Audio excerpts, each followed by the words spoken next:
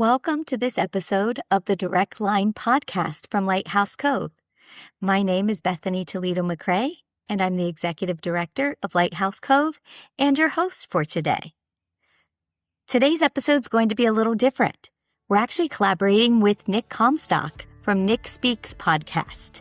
We joined Nick about a week or so ago to record on his platform and decided that this material was so good, we wanted to make sure the Lighthouse Cove community got to hear it as well.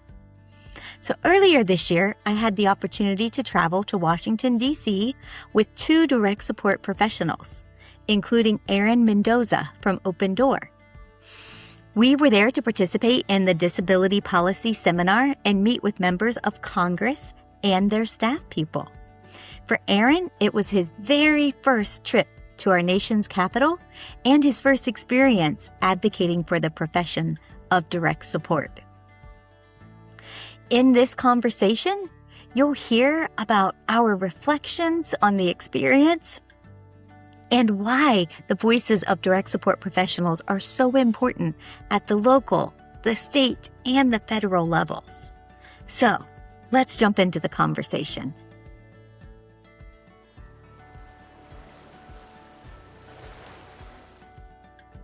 I felt my first meeting went more successful than my second, and I think my first meeting was with Balderson, and I just felt like I was more eloquent in how I spoke. So I think for what I was trying to get out of it, which was just the experience and trying to convey who I was, and my message, I think that went over very well. So I walked away with that meeting in higher spirits. I did feel like they listened to me, and the aide was understanding of what I was asking and who I was. So I walked away very high-spirited from that one. Welcome to the NickSpeaks Podcast, where we speak up, speak out, and speak loud for the disabled community. Tune in every Tuesday, and don't forget to subscribe. And now your host, Nicholas Comstock. Hi, everybody. Welcome to this brand new episode of the NickSpeaks Podcast, the podcast dedicated to the disabled community, where we speak up, speak out, and speak loud about the issues that matter to the disabled the most. I'm your host, Nick Comstock. I am so glad you're joining me on this Tuesday, whether you're joining me on Tuesday morning or whether you're ending your day with your best friend, yours truly. I'm so glad you're here, and I have two. This is the second time that I've had two guests at the same time, and it's always a better party when you have more than one guest. And I have someone that's been here before, and I have a brand new person that's never been here before, probably never did a podcast in his life. And I think he's single. So, ladies, I'll get to all that in a minute. But I have two very important guests today. One guest has been here before, the Executive Director of Lighthouse Cove, Bethany Toledo, which is formerly known as OADSP, the Ohio Alliance of Direct Support Professionals. I got that all right. That was a really long title. I'm so glad you guys changed it. Yes. She has been here before. And Aaron is brand new. He works with Open Door Columbus and for them, which Open Door Columbus used to be my former care provider, and the executive director, Becky Sharp. I've been after her forever to be on my show, and hopefully she'll be here in a couple weeks. But these two just took an amazing trip to Washington, D.C., to sit down with the leaders who hold our country together and who really have a choice and can really make or break the lives of those with disability services and those we serve with IED or IDD. Sorry, so many acronyms. But anyway, so we're going to talk about that trip today. And I'm going to let Bethany reintroduce herself a little bit. And Aaron's brand new, so he's going to introduce himself. You guys, welcome Aaron Mendoza and Bethany Toledo to the program. How are you guys doing today? Doing good. Thank you for having us, Nick. I was very pleased to get your message saying, hey, I saw that post on Facebook and that, you got to go to DC. I'd love to have you back on the podcast. And I was all for it. And, you were more than happy to allow me to extend the invite to Aaron as well, because, it was really a group effort. So as Nick said, he did a great job already of introducing me. My name is Bethany Toledo-McCray, and I am the executive director of Lighthouse Cove. We are a community of practice for IDD professionals. That's awesome. And how long have you been doing that particular position?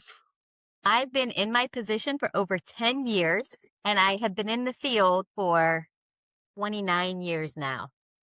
Gosh, you're almost as old as I am in the field. I started when I was 2. Yeah, because I'm 36, so you're about to celebrate your 30th year. That's awesome. Yes. So, Aaron, you're kind of brand new to this field, my friend. How are you doing today? I'm doing great. Thank you, Nick, for having me. I'm very excited for the first time to be on a podcast. I do have to set the record straight, though. I am not single, unfortunately. But sorry.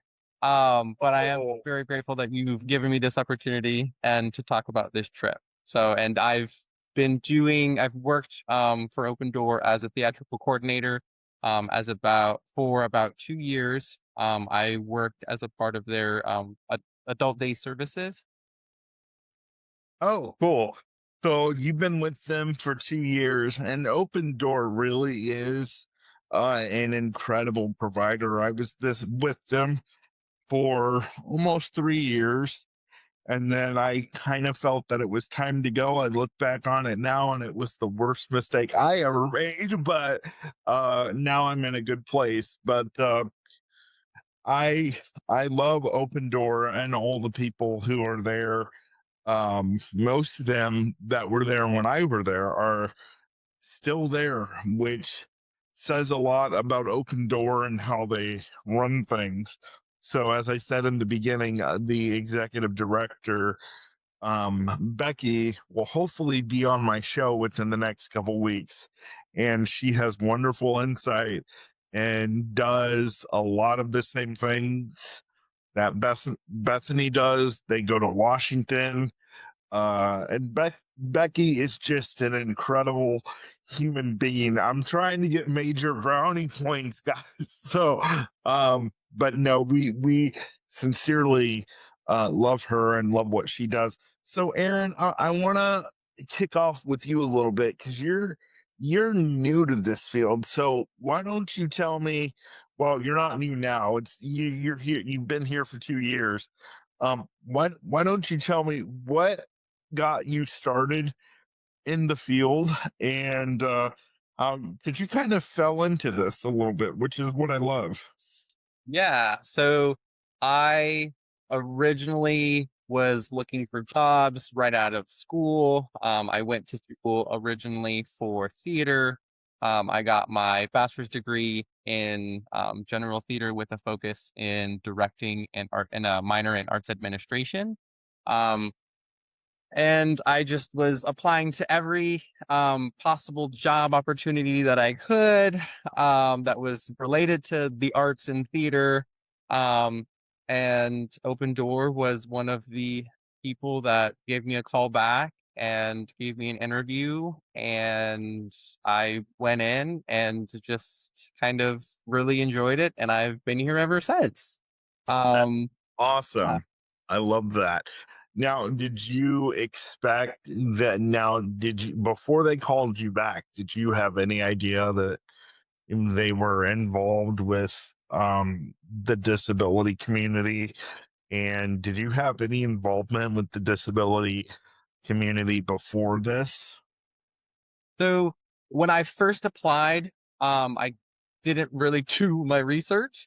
But before I did the interview, I kind of looked on their website, got more information about the organization, and kind of realized who they were and what they were about, and which really kind of hit a semi-soft spot because my sister has been working in this field for well over 10 years, since she got out of school as well, in my home state of Colorado. So she's been working. And so growing up and seeing her occasionally at work, or, whenever we would go to see her, we would drive by her work.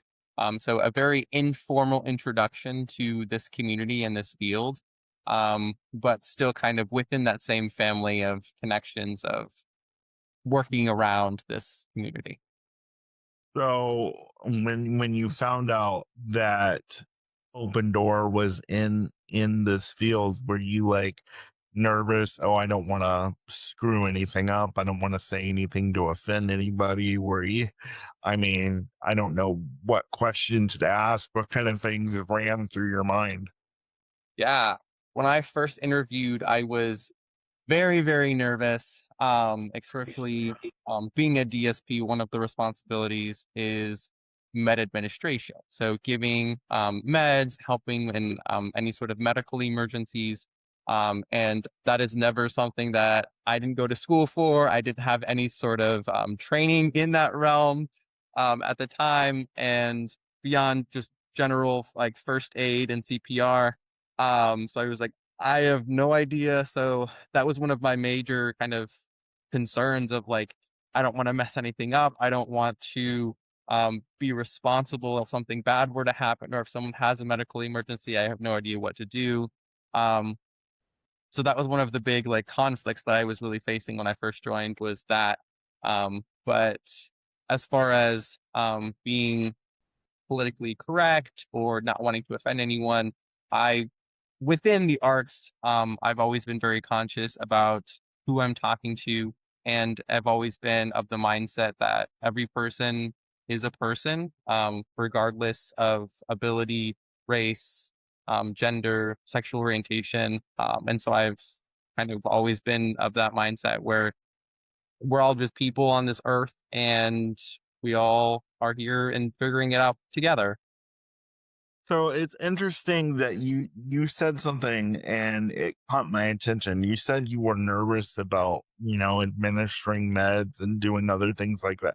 So did you start out as a direct support professional for them and then move into their theater and their arts program? So no. The role that I currently hold as a theatrical coordinator is also a DSP, or a direct support professional. So I do both at the same time. Okay.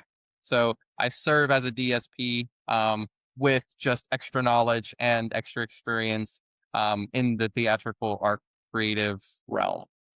Okay, so you kill two birds with one stone, basically. Yeah. Okay. Cool beans. All Or right. bang for your buck with Aaron. Yeah, that's awesome.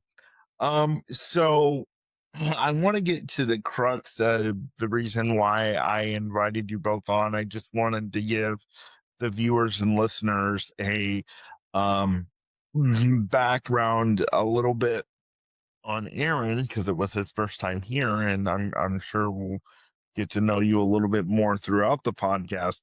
I also want to mention too that Bethany has a podcast, and we're kind of going to do a bunch of crossover work together here soon in the next couple of weeks. So she'll talk about that in a little bit. But you guys took 28 people with you on the trip to Washington. So Bethany, you have a little bit of a PowerPoint there, so you can go ahead and share your screen and talk to us about what brought this trip to Washington on and who you sat down with. I know you sat down with people from both parties, because as I've said many times, you're going to need to talk to the other party, even if you disagree with them, in order to get anything done. So it's very important that we have these conversations with both sides of the aisle. So Bethany, take it away. The floor is yours. Yeah, thank you, Nick. So first, I want to just talk a little bit about how the trip came up before I pull up the slides. And it's really not a PowerPoint, so don't think we're taking you to school. It's a couple slides that have snapshots to show you, give you a visual of what we did, what those 2 days look like, along with one of the documents that we shared so that you can see, what we left people with. But this trip came about by an opportunity that we were presented with a grant from the Ohio DD Council. So the Ohio DD Council, they offer grants for a variety of things, and we applied for a grant a few months ago. And the purpose of the grant that we applied for was for advocacy work, to be able to take people to Washington, D.C. and attend the disability policy seminar. So we were really excited to receive that grant, and we didn't coordinate the whole thing. So we didn't actually take the 28 people. We kind of tagged along with the group. So everyone, it's a public seminar that was happening, and people had the ability to register. So I know people from People First of Ohio, the Ohio DD Council went themselves and also supported some of their board members. And other groups attended. There were some providers and other organizations as well. And so that's kind of how it came about. But we did end up with a huge contingency. We ended up with 28 people, and I'll go ahead and share my screen now so you can see all of the beautiful faces. Which you'll see those in a minute because I forgot those are actually on the second slide. But this is just a little snapshot of how our day started out. We jumped on the plane and headed to DC. It was a nice short flight. There were several people there that I was familiar with, and, so had the opportunity to introduce Aaron. And we also had another direct support professional from Open Door attend as well, and his name was Jack. So you'll see Jack in some of these pictures. In the bottom left corner of my screen is Aaron, and then myself. And between us is a gentleman named John Hanna. Nick, you might know John. I love John. Yeah. Yes. Yeah, so John's the life of the party wherever he goes. So, so I was able to introduce John to Aaron, and we got to hang out and spend a little bit of time with him. And then this is just a couple snapshots while we were at the hotel where they were hosting the policy seminar, and you can see some of the sessions that we attended. It was a one-day seminar, so we spent one day kind of in a conference style setting where we had some keynote speakers, we had panels that talked about different topics and kind of challenged us to think about what we were going to talk about the next day when we got the opportunity to go on the Hill. I know it's kind of small on the screen, but I'll read off a couple of the sessions that we attended. There's centering self-advocacy and policy change, a Medicaid, education, and Social Security, what you need to know. Sounds like a super fun topic, right? Disability funding, risks, realities, and opportunities. How we're more powerful together. And then we had a session at the end of the day where we prepared for our meetings on Capitol Hill. And so this is Jack that I was talking about. He took the selfie of us there in the right top corner, and you can see, the nation's capital in the background. And then this is, the second slide that I have to give you guys some visuals of the, first the whole group. So that's all 28 of us that were there. That includes Paul Jarvis from the Ohio DD Council. He was the real rock star, real MVP. He coordinated meetings with everyone, that attended. We all live in different parts of the state. So, he looked at where we lived and, who our representatives were, and who he could set us up with to meet. And so that's a pretty big job, especially for a group that large. And then, Gary Tonks and David Lewis from the Arc of Ohio, just a lot of really great people were there from Ohio. So we were pretty well represented. And then it wasn't just people. I'm sorry, it wasn't just people from Ohio. It was people from all over the country. Correct? Yes, people from all over the country attended. Just Ohio had probably one of the largest groups of people. We were pretty well represented. That's awesome. And, it's really great that Ohio was a large group from there because as I've talked about on my program and on my TikToks and everywhere else I do speaking, and Bethany, this to be true, Ohio, it's really great that they were so representative because Ohio is one of 3 states that is so uniquely set up. North Carolina and Missouri are the other 2. In the fact of that our system still runs by county boards. And so, and it's very important that those in Washington know what the folks in Ohio do, because I really believe that we are uniquely blessed in the way our system is ran. And so it is very important that the top leaders in our nation know what Ohio needs and the type of supports that we provide those with developmental disabilities. Anyway, sorry, that was a little commercial for free for Ohio. Yeah, no. So Yeah. go ahead. Yeah, so these are pictures of the top right or top left corner is a picture of Paul Jarvis leading the group through what the next day will look like when we get up onto Capitol Hill. And so we spent about an hour or so together reviewing the schedule. You know, there were, I don't still have it with me, but I mean, there were a number of meetings that were set up. And so the priority was if there was a meeting set up with someone that was in your district, you know, you were the priority to be able to lead that meeting and be in that meeting. So for me, like for instance, you know, Representative Troy Balderson. So, you know, I was in that meeting, and then there were others that were with me, but they might not necessarily live in that district. And I think Aaron, you had Representative I'm trying to think, was it Senator Casey? Corey. I'm sorry. No, you're good. Okay, no, it just cut out for a minute, so I couldn't hear you. Yes. So I met with I was in the meeting with Congressman Balderson, and then I actually was a part of the group that met with Mike Carey. Yeah. So, and that's us in that far bottom left picture, where we're actually with the congressman. We do get to meet with him and his team and talk about some of the issues that we were there to talk about. Yeah, and I think that, you know, most of the others and, you know, in the meetings that I was in, you know, we met with the legislative aides. You know, it's not always, you know, it's a rare opportunity that you actually get to talk with the actual, you know, senator or you know, House member. And so that was a unique opportunity. I'm really glad you got that opportunity, Aaron. But it's just as important. I want people to understand it's just as important to meet and build those relationships with the legislative aides. You know, those people are really looking at those policies, and they are the ones that are carrying the messages back. And, you know, one of the things that I think is also important to know is that, you know, we didn't go to DC with, okay, we've got this checklist of things, we're going to get all this done. I wish it was that simple. You know, I know for Aaron, it was his first time going to DC, and so there were some nerves there, and I tried to do my best to help calm those and say, look at this as, you know, the first step in building a relationship. You know, when you meet someone and, you know, you're like, oh, that person's kind of cool, I want to be their friend. You know, you're not like going in and hot and overwhelming them with all these things, because they'd be like, whoa, you're a bit much. I don't think we can be friends. So, you know, you really have to approach and like kind of look at it like this is a long game. We're building relationships. We want people to understand what we do.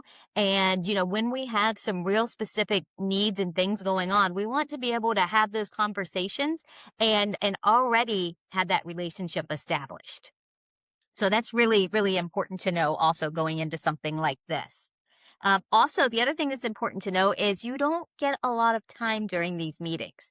So these meetings might be 10 or 15 minutes long, and their offices are all pretty small. Sometimes we're meeting in the hallway, and, you know, someone's like, you know, got a notepad and they're like, you know, holding it like on their hand, like writing. These aren't, you know, really formal meetings. And so you have to use the little bit of time that you have, you know, to make a good impression and, you know, use it as, you know, a building block in a relationship. So I'm going to go into go ahead. Any questions, Nick? Yeah, no, I just want to say too, that a lot of people, including myself, you know, we think that there's some type of disconnect between, you know, our local and federal Congress. And that's why it's so important that we go in and we build these relationships, because unless you're personally affected, in the disabled community, whether it's you yourself or a family member, you're not going to know what services or what policies are going to affect disability service unless you're personally affected by it. So that's why it's very important to have these meetings. And even if it's not people that you agree with, I'm stressing that a lot because we have such a divisive political climate right now to where they're like, well, if you believe or vote for this person, I'm not going to talk to you, or if you vote for the vice versa.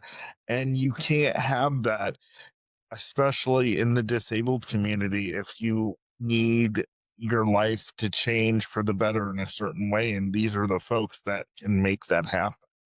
So I just want to put that in there as well.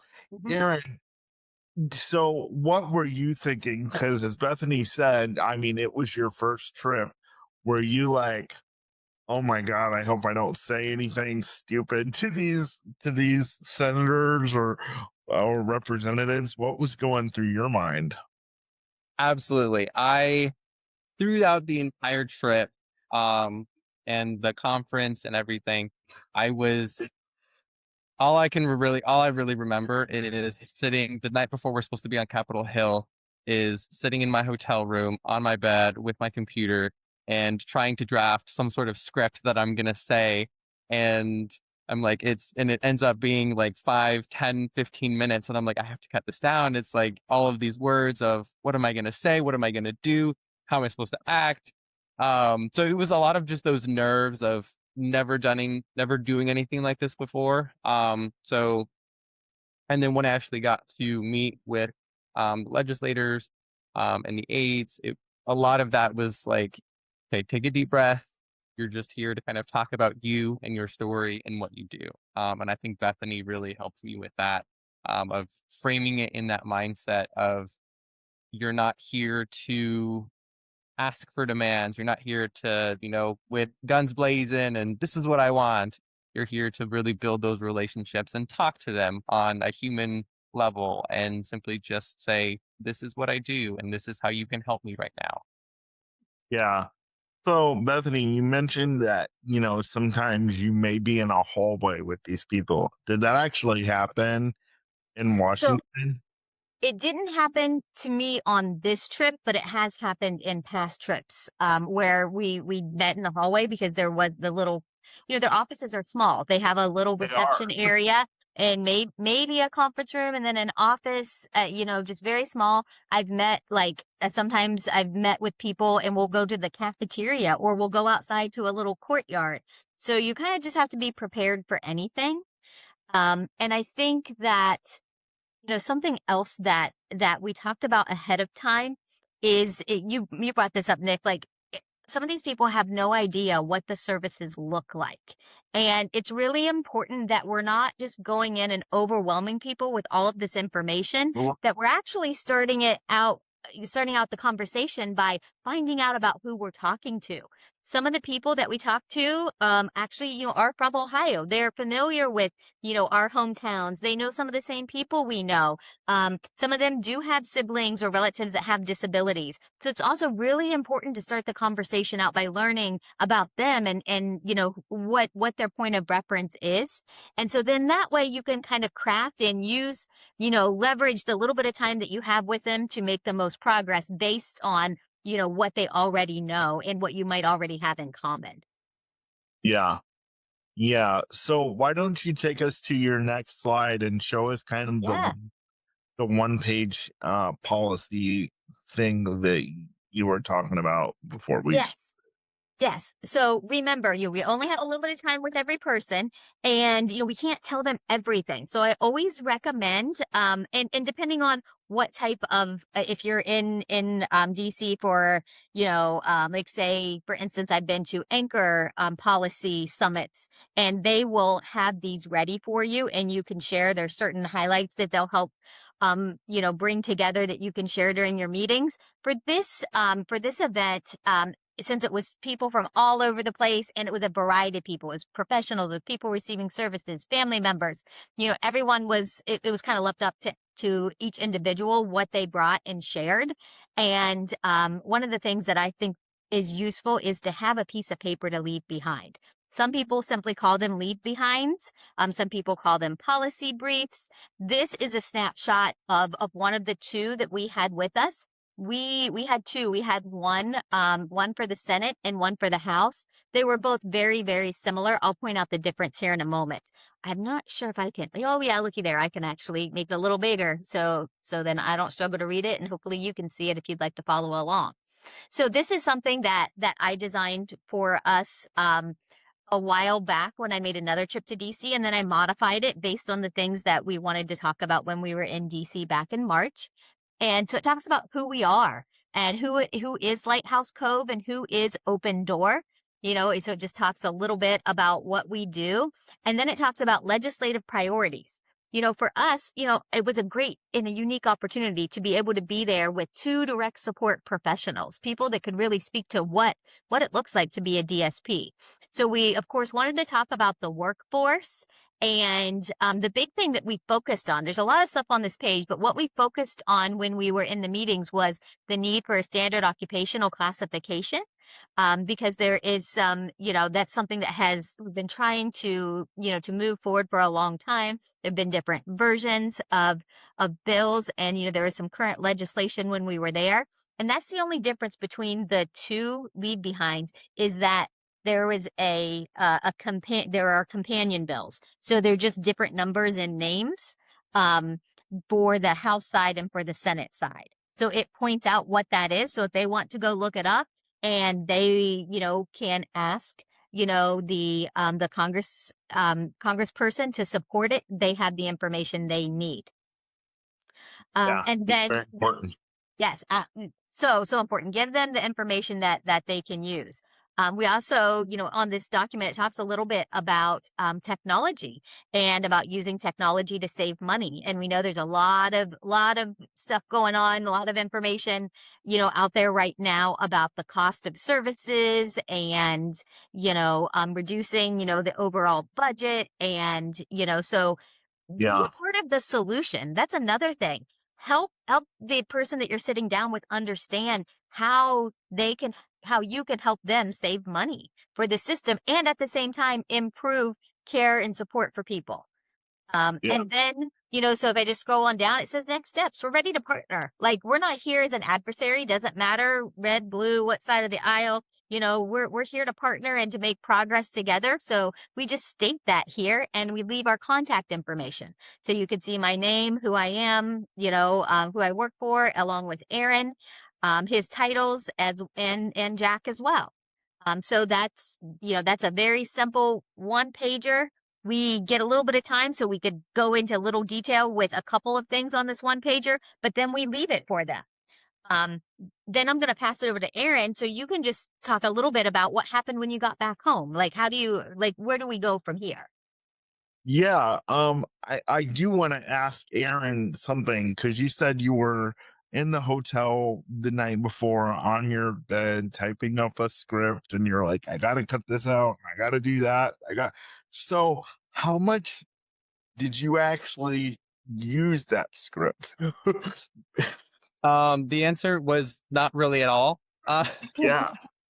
It was more for myself, just to get all of the anxieties out, and just to give myself an idea of what are the most important things when meeting with these legislators and the aides, right? What are the most important things that I personally want to talk about? Well, it's, the occupational standard. It's the, what I do, that is really going to give us that kind of, give them the information and humanize it, right? It's telling them, I'm a person in your district, and right now I'm asking for your support in what I do because of the position that you're in. And I think that was really what that was for. It definitely helped me ground myself in those meetings, because there was a few that I was feeling very overwhelmed and very out of place because it was never something that I had done before. And the energy of the room just was not the most comforting. But I managed to, speak and tell tell my story and say what I needed to say.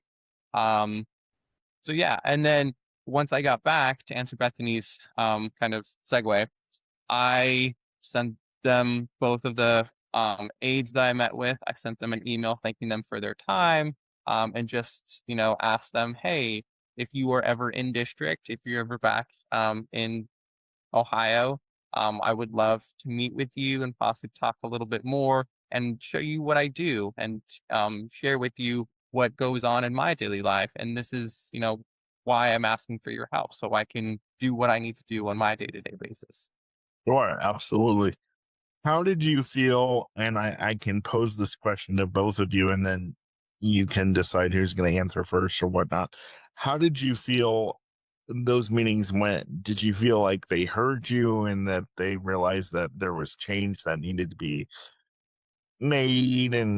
And did you feel like they were willing to really make those changes and get to know the disability community more? Go ahead, Aaron. Yeah, I think for my first meeting, I felt my first meeting went more successful than my second. Mhm. And I think my first meeting was with Balderson. And I just felt like I was more eloquent in how I spoke. So I think for what I was trying to get out of it, which was just the experience and trying to convey who I was, and my message, I think that went over very well. So I walked away with that meeting in higher spirits. I did feel like they listened to me and the aide was understanding of what I was asking, and who I was. So I walked away very high spirited from that one. My second one, I was more disappointed in myself rather than the meeting by any means, just because I felt like I didn't give as much. It wasn't as powerful as I think I would have wanted it to. But the aide was very knowledgeable. He knew exactly the legislation that we were talking about and the bills. So he was very knowledgeable, and I did think he understood the importance of what we were asking for. So yeah. Great. Bethany? Yeah, no, it was really nice for me to be able to see a couple of people that I have seen in the past and for them to, remember like, oh yeah, we've talked about these things before. And for me to be able to give updates and say, we are still working on the SOC, and help them understand that the SOC is not, it's a budget neutral ask. It's not something that's going to cost money. And so they were very, very receptive to that. And What is the SOC? yes, so that's a standard occupational classification. So Okay. currently, direct support professionals do not have an SOC. An SOC so that lives in the Bureau with the Bureau of Labor and Statistics. That's how they track jobs and they collect data. And that data informs, policies and decisions, made, at the federal levels, like with CMS. And so right now, DSPs are lumped in with home health aides and personal care assistants. And Nick, just through your experiences, you probably, that, a DSP is a different role. Like there is that caregiving element, of course, but the scope of practice is really broad. Direct support professional doesn't work in, like in comparison to like a state tested nurses aide that might work, say, in a nursing home. They have nurses that are there giving medications.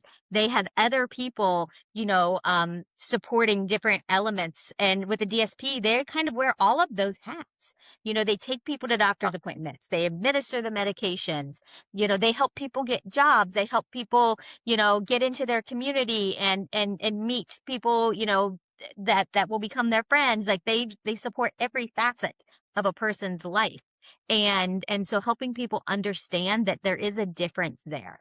And so we're really, I say we, Lighthouse Cove, the National Alliance of Direct Support Professionals, Anchor, and we have a lot of partners that are very passionate about having a standard occupational classification established, it would be really useful for us, because then we could actually say there are X number of direct support professionals.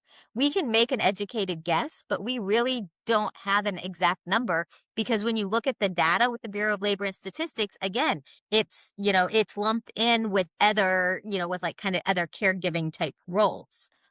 Sure.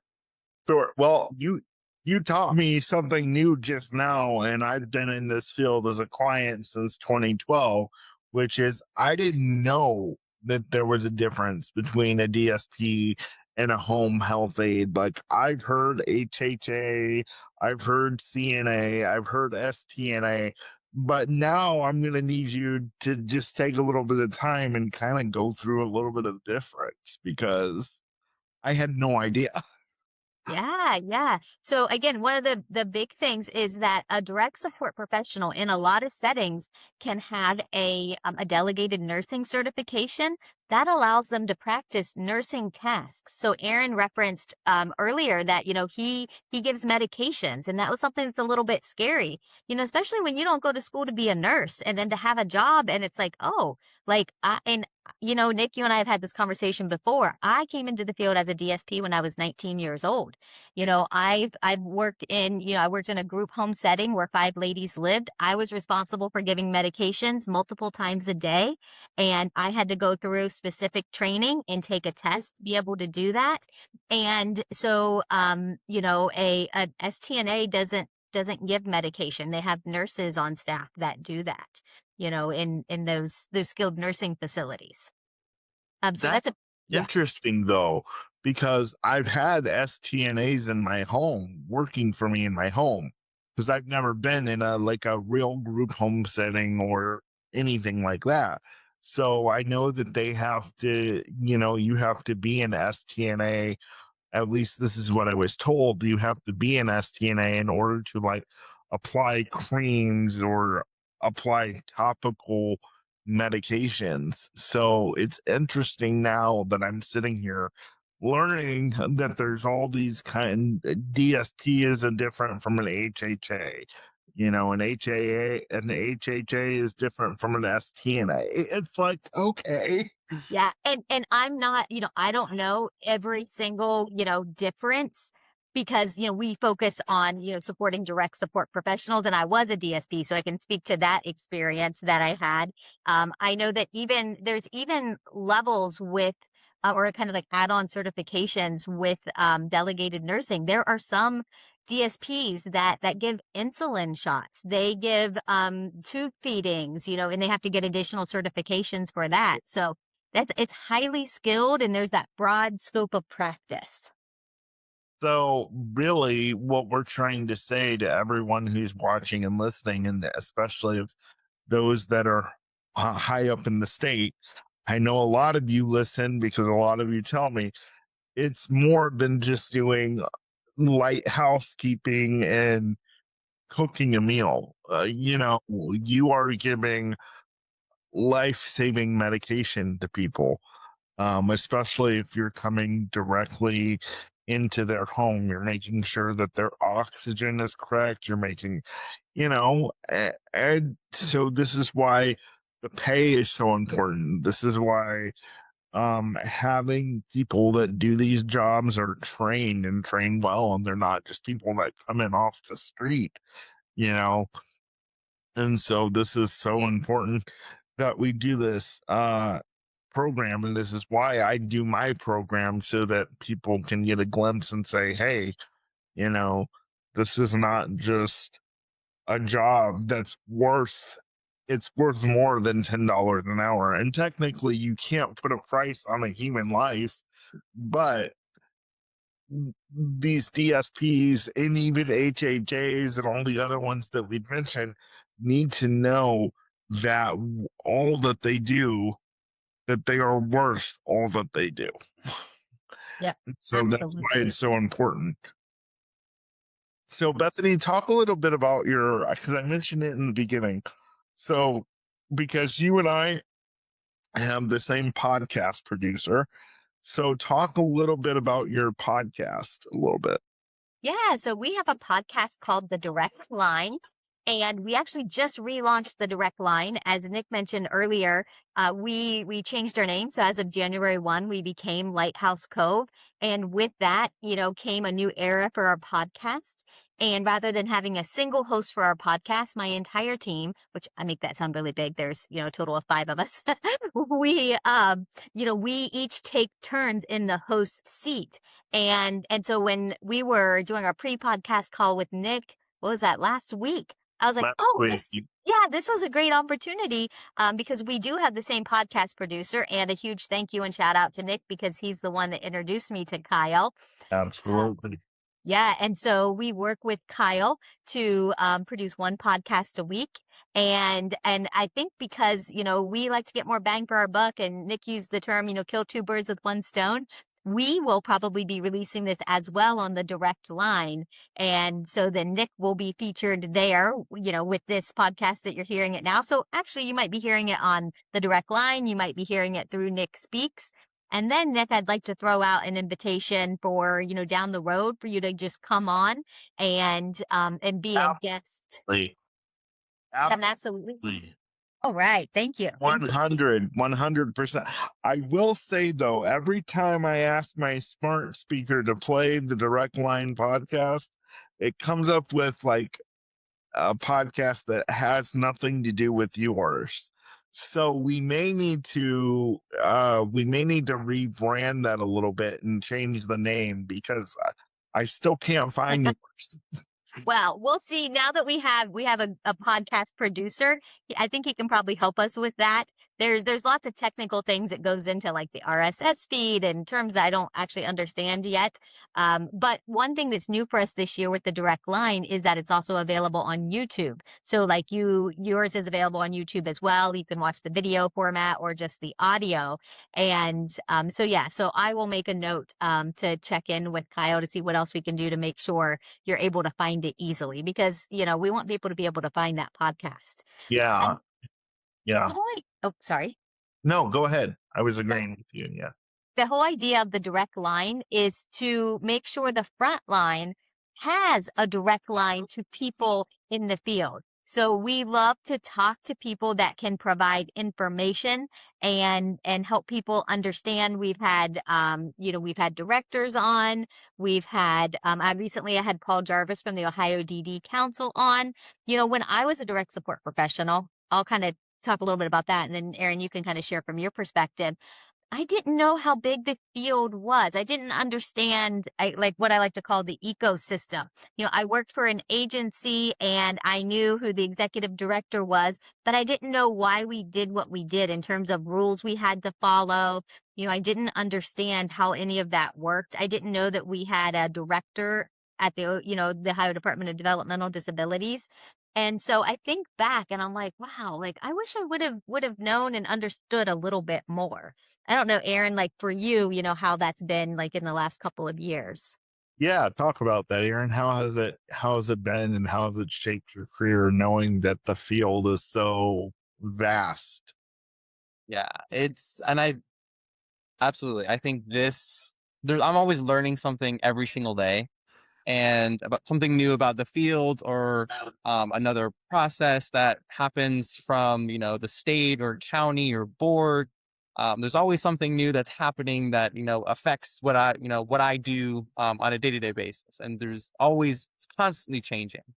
And I do have to give props to Becky Sharp, the CEO of Open Door, because she has really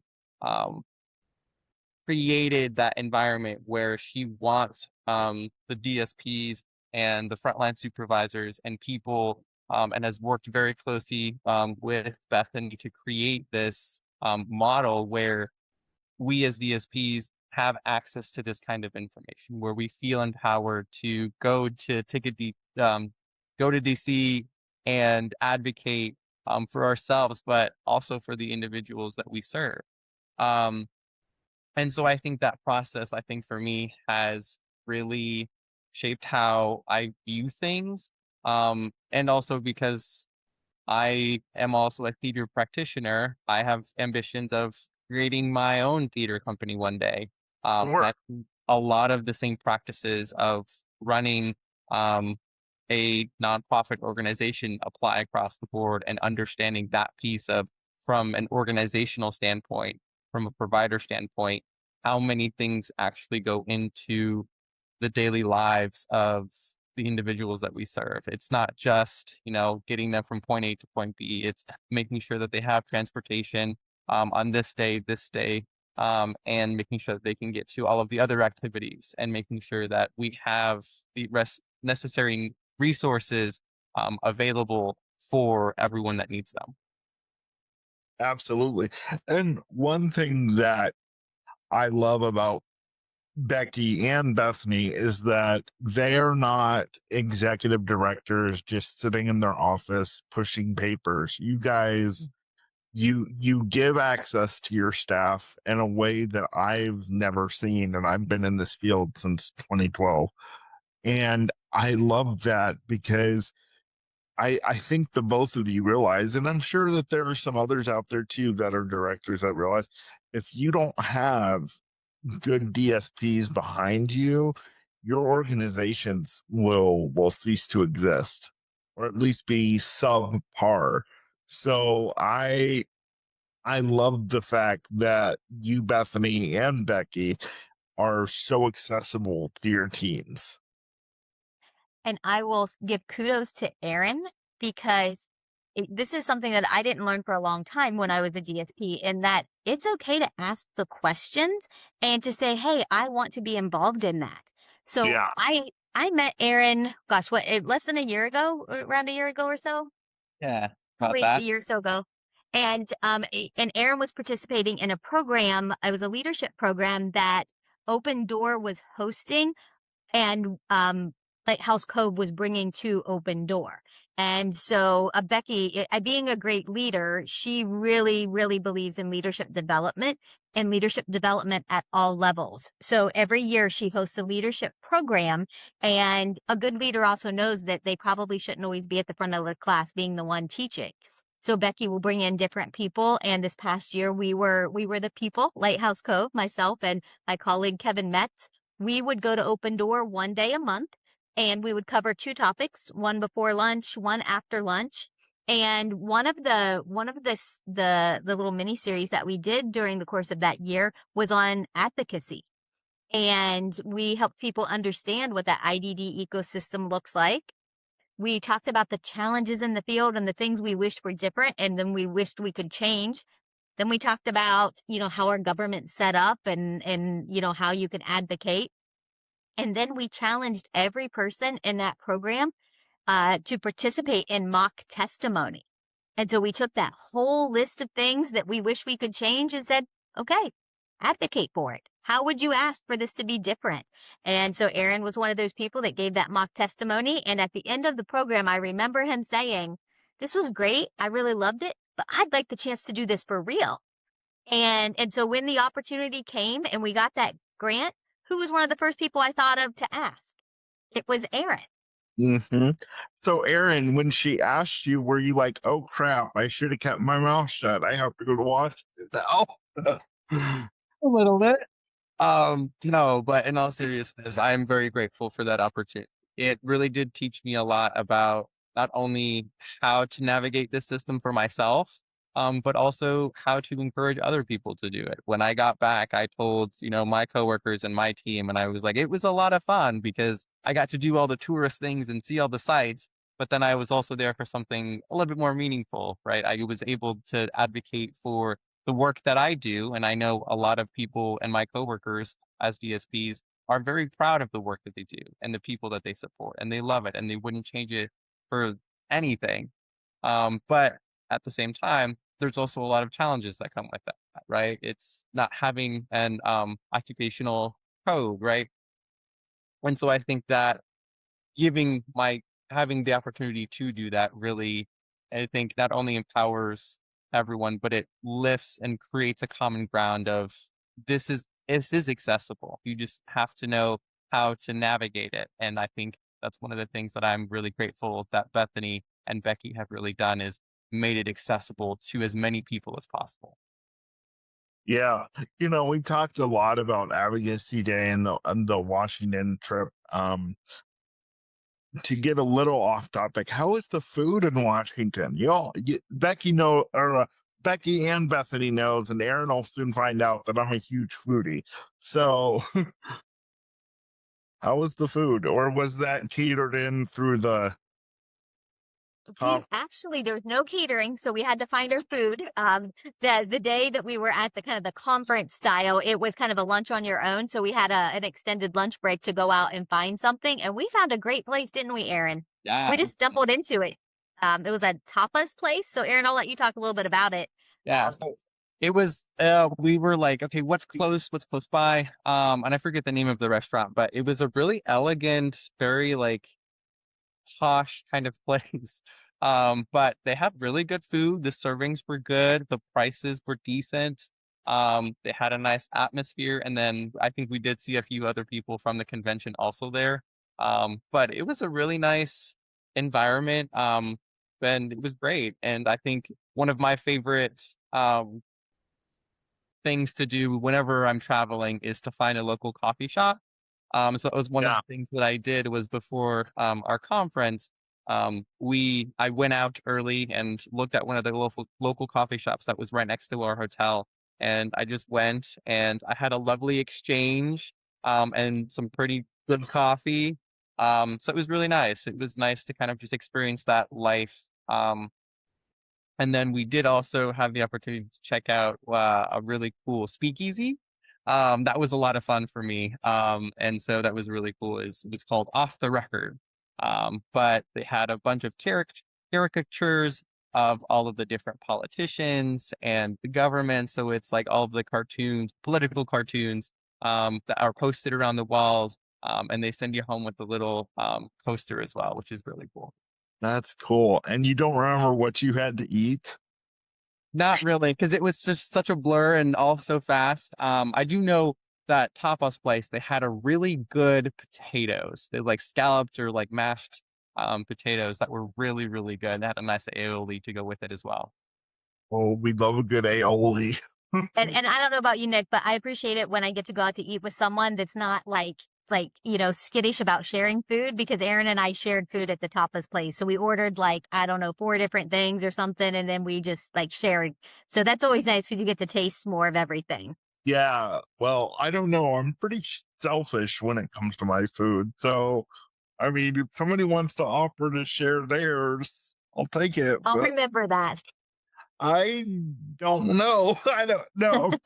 If the portion's big enough, I might have to help you, because I know everybody's worried about figures these days. I'm not, but that was one of the surprising things I learned about Bethany on the trip. Was she is a smaller appetite than I do myself, and so I was like, you're leaving all your fries, or just things like that. So that was just a funny kind of thing. I was like, if we weren't staying in a hotel and if I had access to a microwave, I would definitely take your leftovers.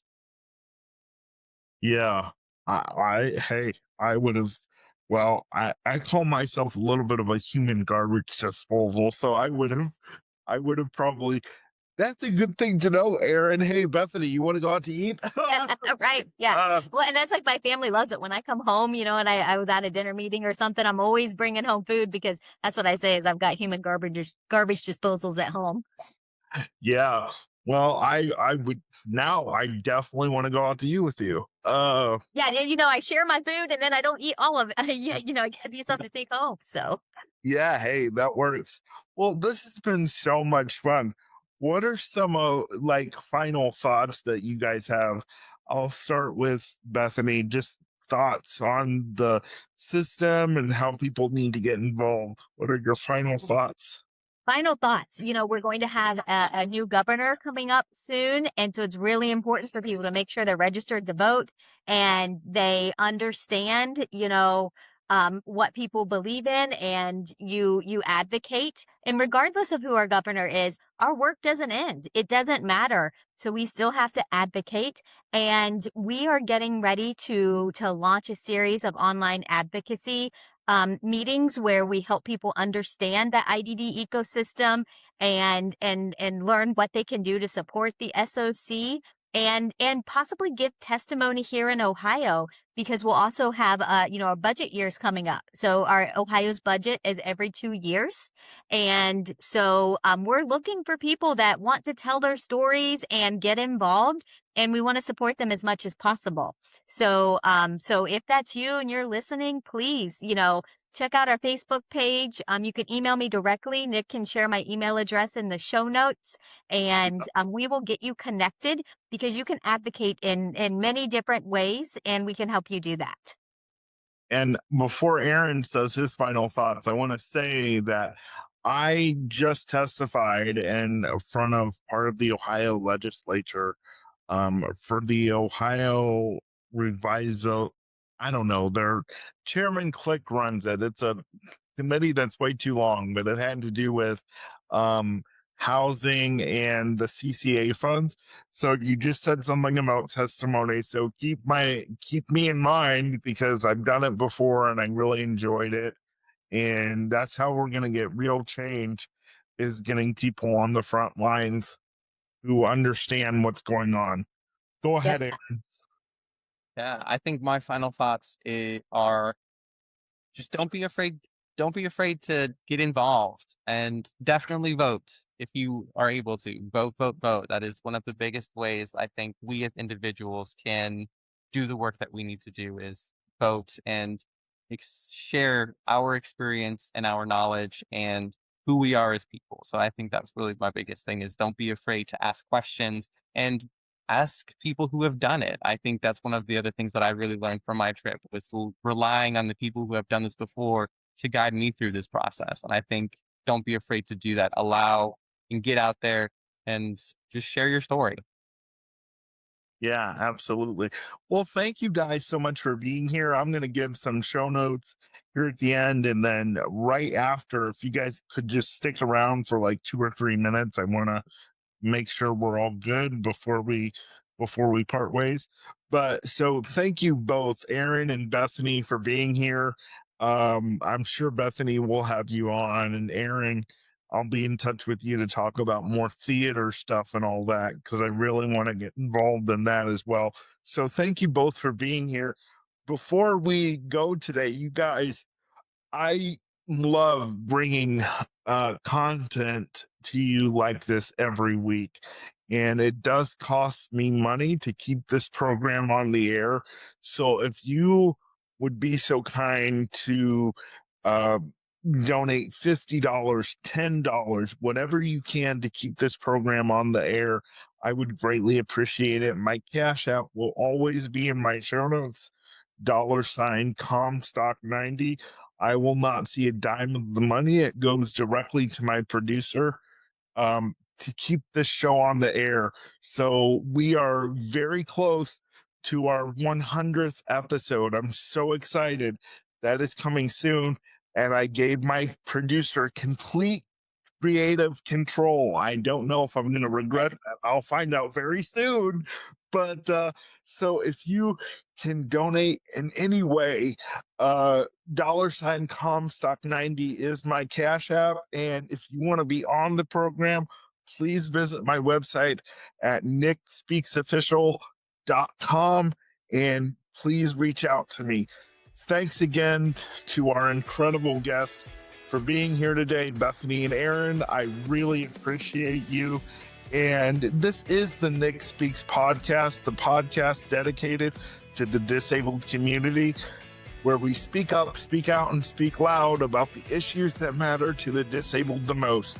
I'm your host, Nick Comstock, and I will see you again next week. Take care. Bye-bye. Thank you for listening to this special episode of The Direct Line. And a big thank you to Nick and the Nick Speaks podcast for allowing us to share this conversation with the Lighthouse Cove community. At Lighthouse Cove, we believe advocacy isn't reserved for lobbyists, CEOs, or elected officials. Some of the most important advocacy happens when direct support professionals, frontline supervisors, and other leaders share their lived experience and tell their stories. Policymakers need to hear directly from the people doing the work every single day. If this conversation inspired you to learn more about advocacy opportunities, stay connected to Lighthouse Cove. We'll be sharing resources, educational opportunities, and upcoming ways to get involved, including future advocacy initiatives and opportunities to ensure your voice is heard. Until next time, thank you for all you do every day to represent your profession. Take care. With the launch of Lighthouse Cove, our work continues with the growing and renewed direction of our podcast, The Direct Line. With conversations, stories, and on-location interviews, The Direct Line supports the mission of Lighthouse Cove to educate, elevate, and empower professionals across the IDD field.